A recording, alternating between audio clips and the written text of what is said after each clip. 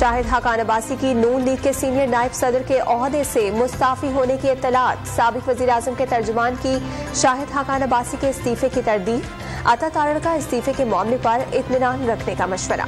دہشت گردی کا ناسور دوبارہ سر اٹھا رہا ہے، فوری مناسب اقدامات نہ کیے تو دہشت گردی پاکستان میں پھیل جائے گی۔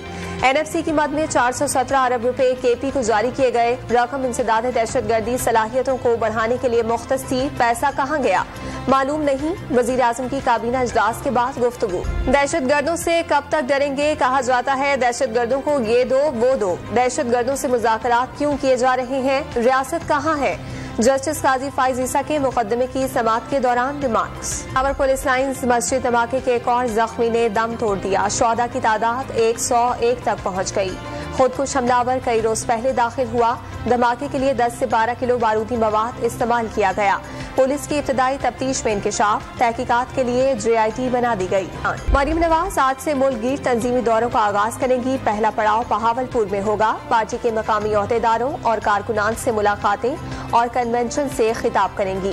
تنظیمی امور پر بھی غور ہوگا، نون لیگ پنجاب کے صدر رانا ثناء اللہ بھی ہمراہ ہوں گے۔ پنجاب کابینہ میں توسیع کا فیصلہ، مزید 4 نگراں وزراء کو کابینہ میں شامل کیا جائے گا۔ محکمہ داخلہ اور خزانہ کے قلمدان نگراں وزیر اعلیٰ پنجاب اپنے پاس رکھیں گے۔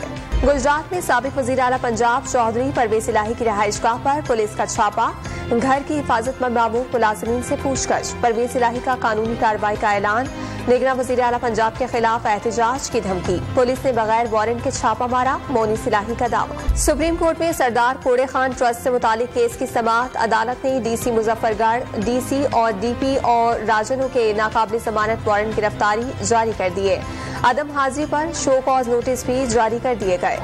IMF کی شرائط پر 5 ماہ کے دوران بجلی 6 روپے 69 پیسے فی یونٹ مہنگی کرنے کی تیاریاں، حکومت نے IMF کو گردشی قرضے اور لائن لاسز میں کمی کی یقین دہانی کرا دی۔ مذاکرات کے دوسرے روز پاور ڈویژن حکام کی سرکولر ڈیٹ کے نئے پلان پر بریفنگ۔ تیل کمپنیوں نے روپے کی قدر میں کمی کو جواز بنا کر سپلائی محدود کر دی، آئل کمپنیز ایڈوائزری کونسل نے اوگرا کو خط لکھ دیا، آئل انڈسٹری تباہی کے دہانے پر پہنچنے کا دعویٰ، ایکسچینج ریٹ عوام پر منتقل کرنے کی اجازت دینے کا مطالبہ۔ انٹر بینک مارکیٹ میں 60 پیسے کی کمی کے بعد ڈالر 267 روپے 30 پیسے کا ہو گیا۔